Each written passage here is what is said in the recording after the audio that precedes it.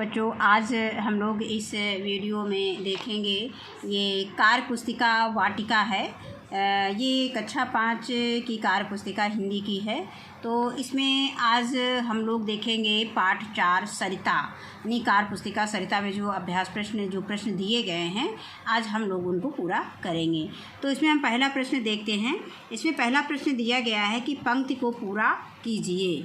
तो पंक्ति को पूरा कीजिए, तो इसके पहले हम पंक्ति को पूरा करने के पहले हम एक बार जो हमारे यहाँ पाठ्य पुस्तक यानी वाटिका चलती है, उसमें जो है हम कविता को पढ़ना चाहेंगे। ये पाठ्य पुस्तक हमारी वाटिका है जो कक्षा 5 में हिंदी की पुस्तक चलती है। तो इसमें आज हम लोग पहले कविता यानी सरिता, ये जो पाठ 4 सरिता कविता दी गई है, इसका पहले वाचन करेंगे। फिर इसी के आधार पर हम इसके प्रश्न कार्य पुस्तिका में जो दिए गए हैं उनको हल करेंगे। तो पहले इसको हम वाचन करते हैं।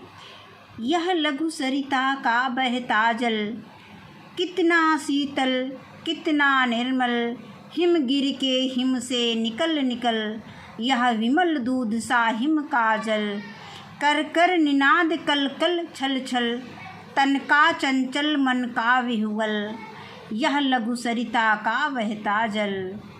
ऊंचे शिखरों से उतर उतर, गिर गिर गिर की चट्टानों पर, कंकड़ कंकड़ पैदल चलकर, दिन भर रजनी भर जीवन भर, धोता वसुधा का अंतस्थल, यह लघु सरिता का बहता जल। इसके बाद आगे ये कविता दी गई है।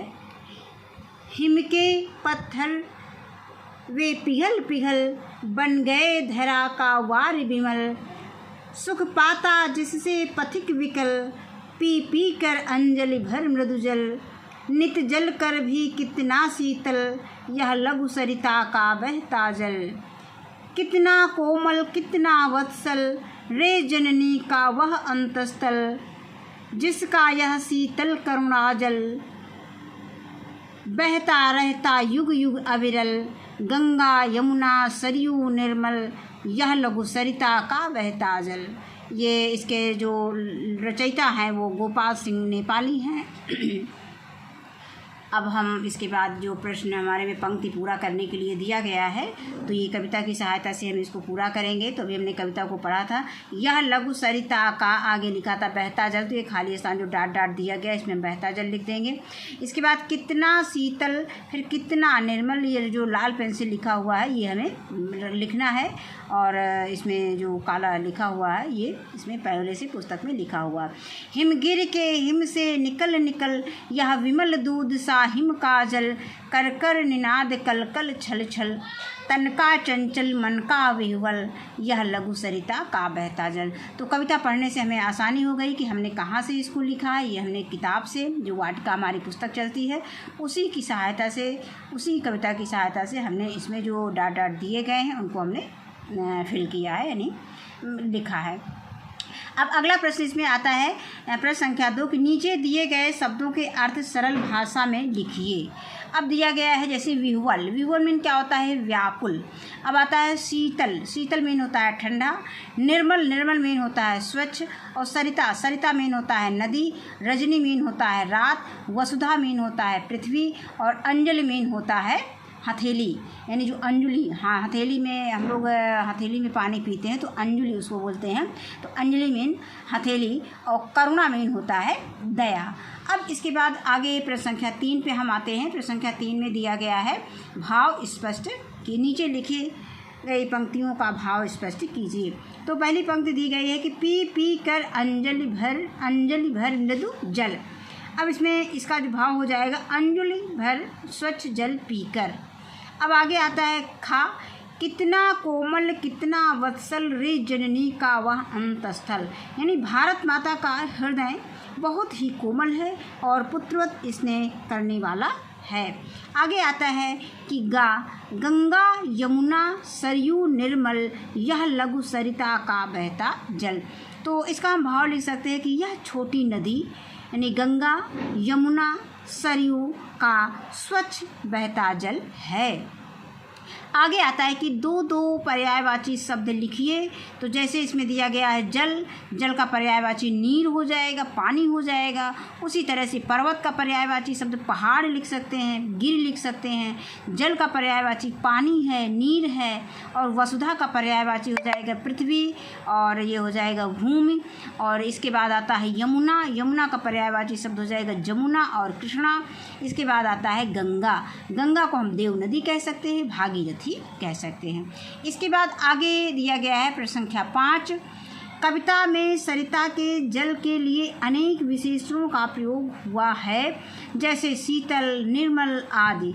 ऐसे ही जल के बारे में प्रयोग हुए विशेषण दर्शाने वाले शब्दों को कविता से ढूंढ कर लिखिए। तो जैसे इसमें शीतल दिया गया है, निर्मल दिया गया है, जल के बारे में हमें लिखना है। मृदु दिया गया है, जल को करुणा कहा गया है, वार विशेषण का प्रयोग किया गया है, और विमल दूध का प्रयोग किया गया है।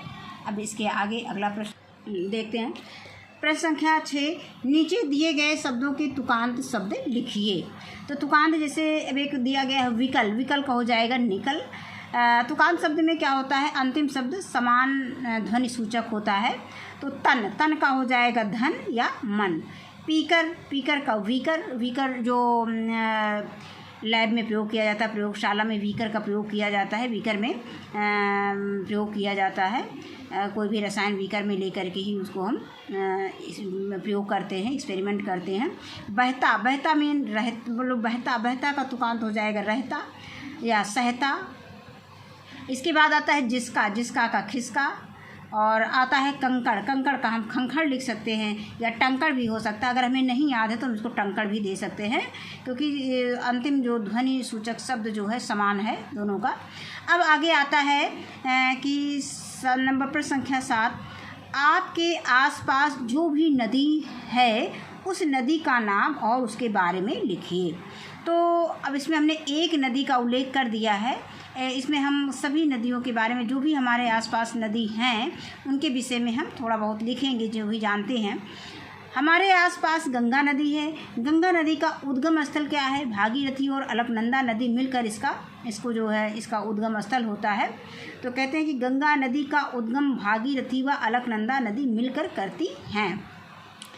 गंगा नदी देश की प्राकृतिक संपदा ही नहीं है, बल्कि यह लोगों के आस्था का प्रतीक है, यह लोगों के धर्म का प्रतीक है, धर्म का प्रतीक है।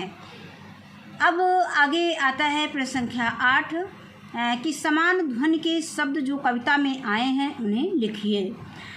जैसे इसमें दिया गया है कंकड़, कंकड़, पिघल, पिघल।